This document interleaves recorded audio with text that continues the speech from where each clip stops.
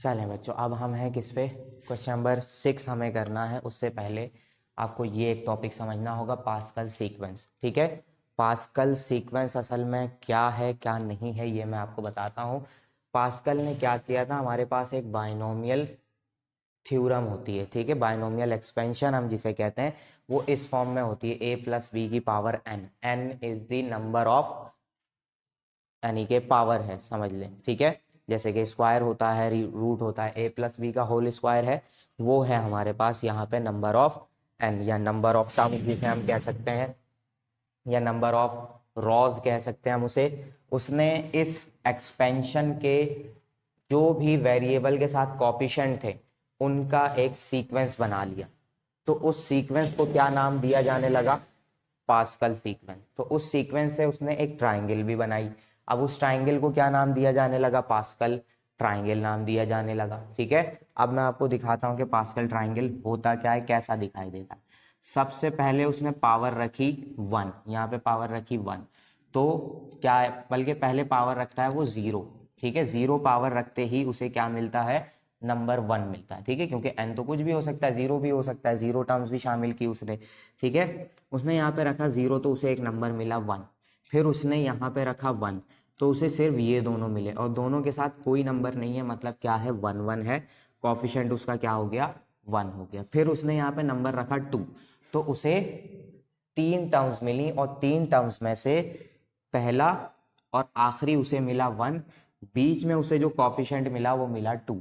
तो अगर मैं आपको दिखाऊं, ये वाला मैं दिखा देता हूँ क्योंकि छोटा सा है ये, a प्लस बी के होल स्क्वायर का फॉर्मूला है ये। कैसे करते हैं हम, A square plus 2ab plus B square, यही होती है, 3 टर्म्स मिल गई। ए बी ये सारे क्या हैं, ये वेरिएबल्स कहलाएंगे। इसके साथ जो नंबर हैं वो क्या है, कॉफिशिएंट है। तो देखें, पावर 2 रखी मैंने, ये पावर 0 है, और ये पावर 1 है, और ये पावर 2 वाली टर्म है। ठीक है, यहां देखें जरा क्या किया मैंने, इसको जब एक्सपेंड किया, क्योंकि ये फॉर्मूला है आप भी जानते हैं, ए स्क्वायर यानी पहली टर्म है, इसके साथ कोई नंबर नहीं है तो क्या है, 1 है। फिर ए बी दूसरी टर्म है, इसके साथ नंबर क्या है, 2 है।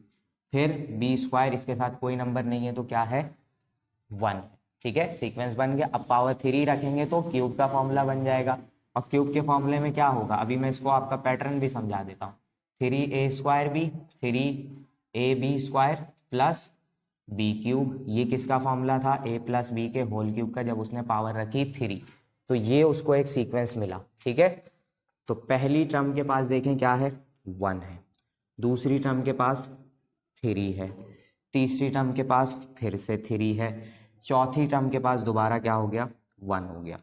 ठीक है, चौथी टर्म के पास दोबारा से 1 आ गया, बन गया सीक्वेंस। कितनी आसानी से बन रहा है सीक्वेंस।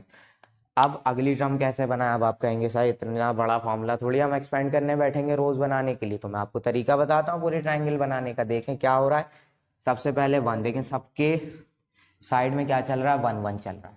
क्या हुआ, यहाँ पे 1 था, इसके आगे पीछे कोई नंबर नहीं है तो 1 एक यहाँ लिख दिया गया, 1 यहाँ लिख दिया गया। ठीक है, अब क्या करना है, बस जो भी नंबर्स हैं उनको ऐड करते चले जाएं और नया सीक्वेंस बनता चला जाएगा। बस ये याद रखना है कि कोने कोने पे क्या होना चाहिए, 1 होना चाहिए। तो यहाँ भी 1 रख दिया, यहाँ भी 1 रख दिया, 1 + 1 2 आ गया, बीच में कोने पे आ गया 1। ठीक है, 2 + 1 3, 2 + 1 3, कोने कोने पे क्या लगा दिया हमने, 1। अब अगली टर्म देखें क्या बनेगी, अब मैं फॉर्मूला नहीं लगा रहा, ये 1 ये 1 दोनों साइड में लगा दिया मैंने 1। 3 + 1 इज 4, 3 + 3 इज 6, फिर 3 + 1 इज 4। बन गया सीक्वेंस। ये n = 3 के लिए था, ये n = 4 के लिए हो गया।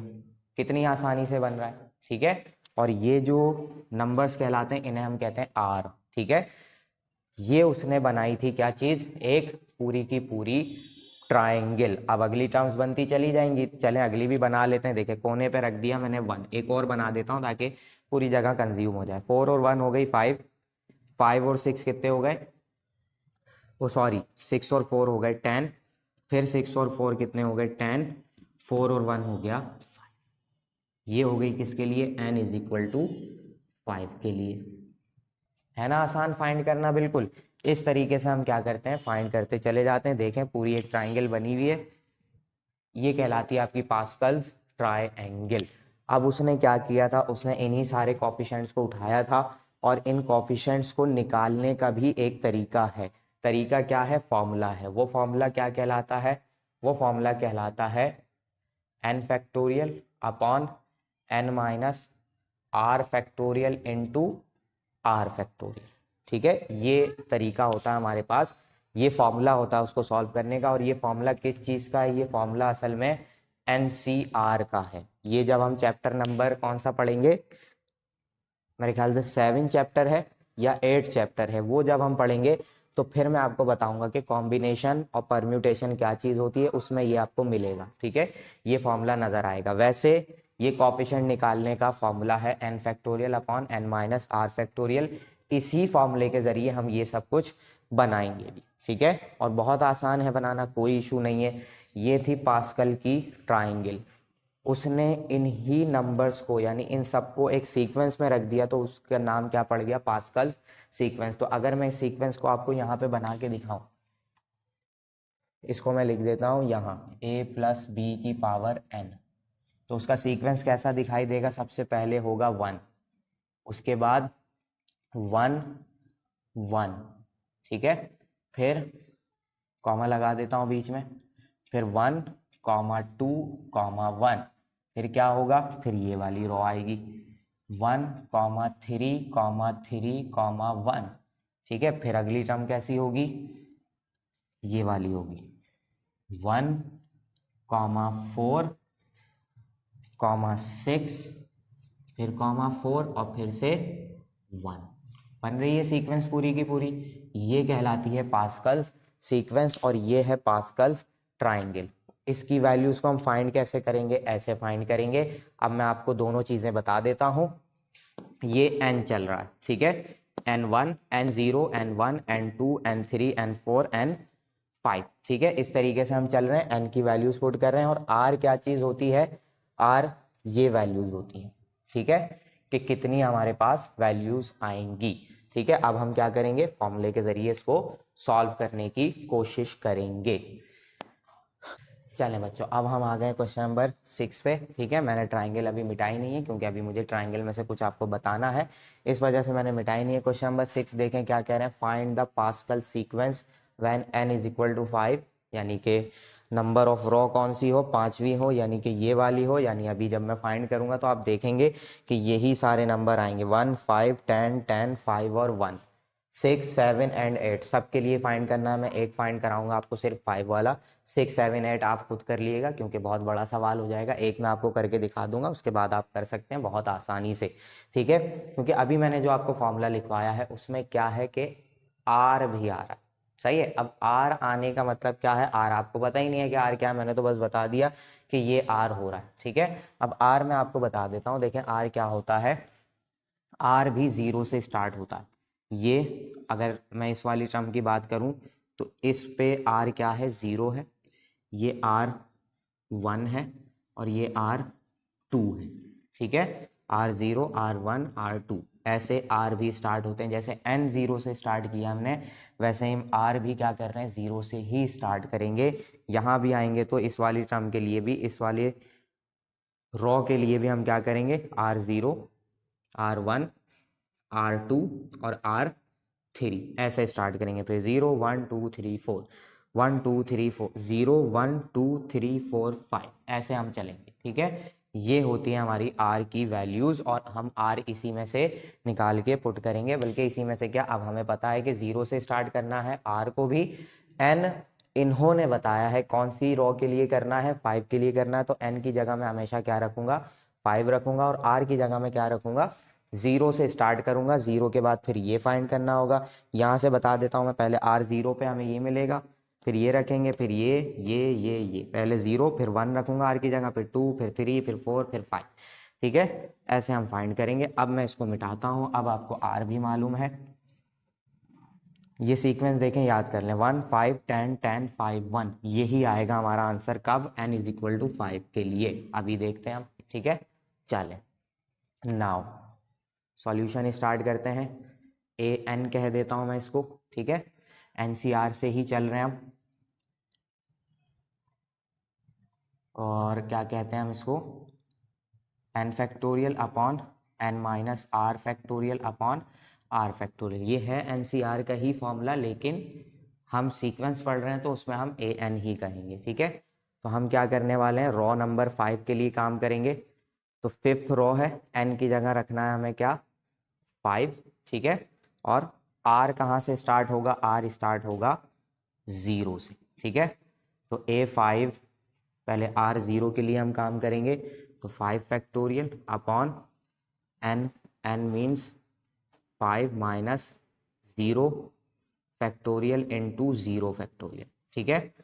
अब क्या करेंगे हम, A5 ऊपर आ गया 5 फैक्टोरियल, नीचे आ जाएगा 5 माइनस 0 इज 5 फैक्टोरियल। अब ये देखें ये 0 फैक्टोरियल हो रहा है, और 0 फैक्टोरियल, इस बात को दिमाग में बिठा लें, ये चीज़ मैं अलग से एक वीडियो में आपको बताऊंगा कि 0 फैक्टोरियल 1 होता है किस वजह से, किस तरीके से 1 होता है, कैसे पता चलेगा हमें। तो ये 0 फैक्टोरियल क्या हो गया, 1, तो यहाँ आ जाएगा 1।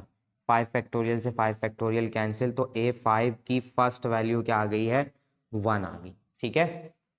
जब R क्या था, 0 था, ठीक है। 1 आ गया पहली पहली वैल्यू। अब हम क्या करेंगे, n तो 5 ही रहेगा, R क्या हो जाएगा, 1 हो जाएगा, ठीक है। तो A5 5 फैक्टोरियल, 5 माइनस 1 फैक्टोरियल, और फिर क्या आ जाएगा, 1 फैक्टोरियल, ठीक है।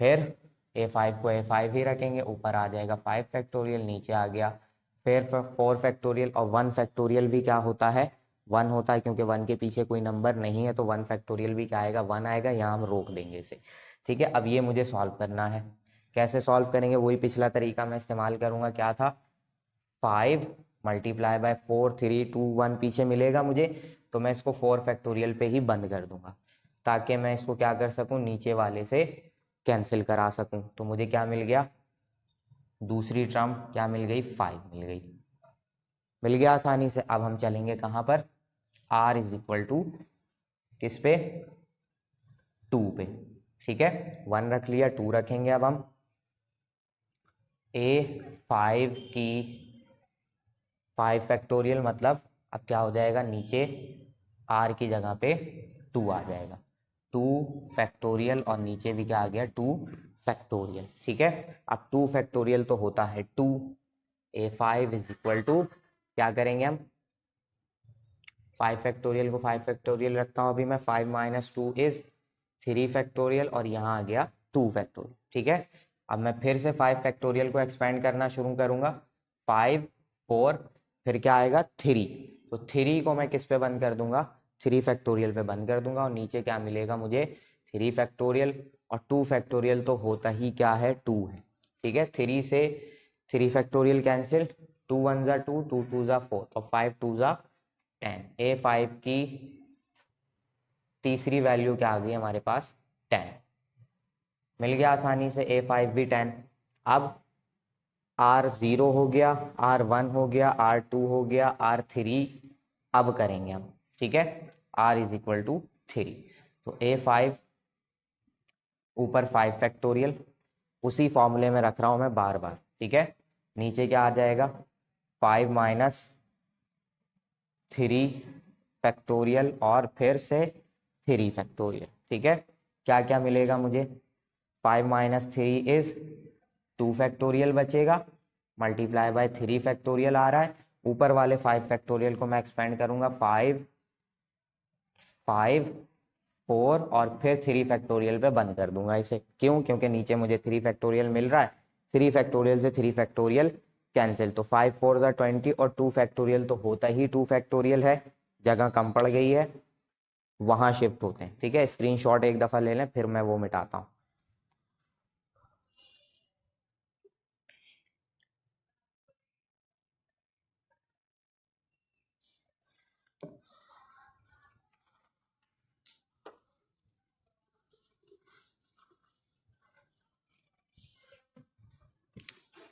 चलें, अब इसको मैं यहाँ शिफ्ट कर लेता हूँ, A5 ही कहता हूँ मैं इसको, 5 मल्टीप्लाई बाय 4, नीचे 2 फैक्टोरियल, 2 फैक्टोरियल खोलेंगे तो 2 ही आ जाएगा, 2 1 जा 2, 2 2 जा 4, 5 2 जा दोबारा क्या मिल गया मुझे, 10 मिल गया, ठीक है।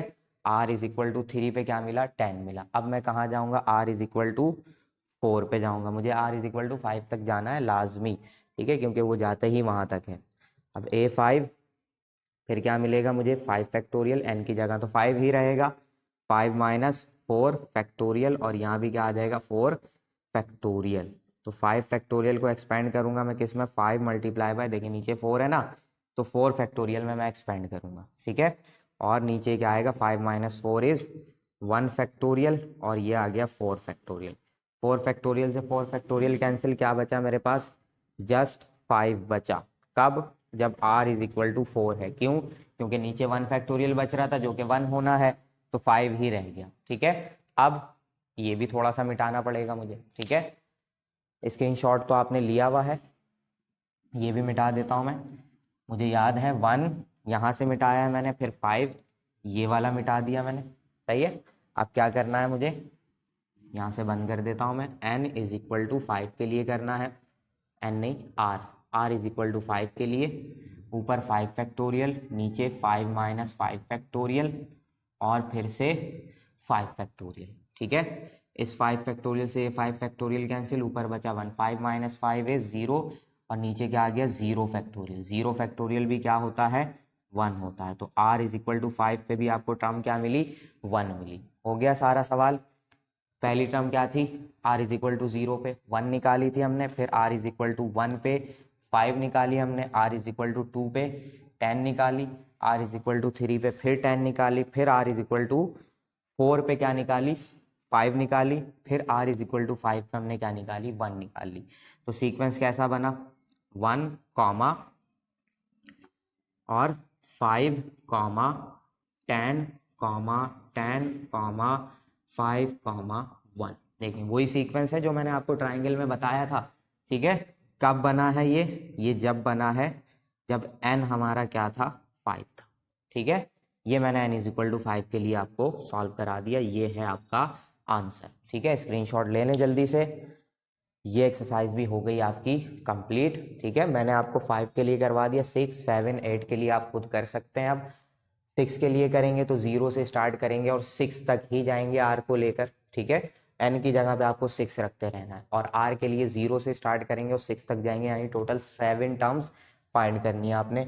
7 पे जब आप आएंगे तो फिर r इज इक्वल टू 0 से स्टार्ट करेंगे, 7 तक जाएंगे, टोटल टर्म्स आपके पास 8 होंगी। ठीक है, इस तरीके से करते करते आप सारी फाइंड कर सकते हैं। ये हो गया सवाल कंप्लीट, एक्सरसाइज भी हो गई कंप्लीट। फिर इंशाल्लाह हम मिलेंगे नेक्स्ट क्लास में विद चैप्टर नंबर 5।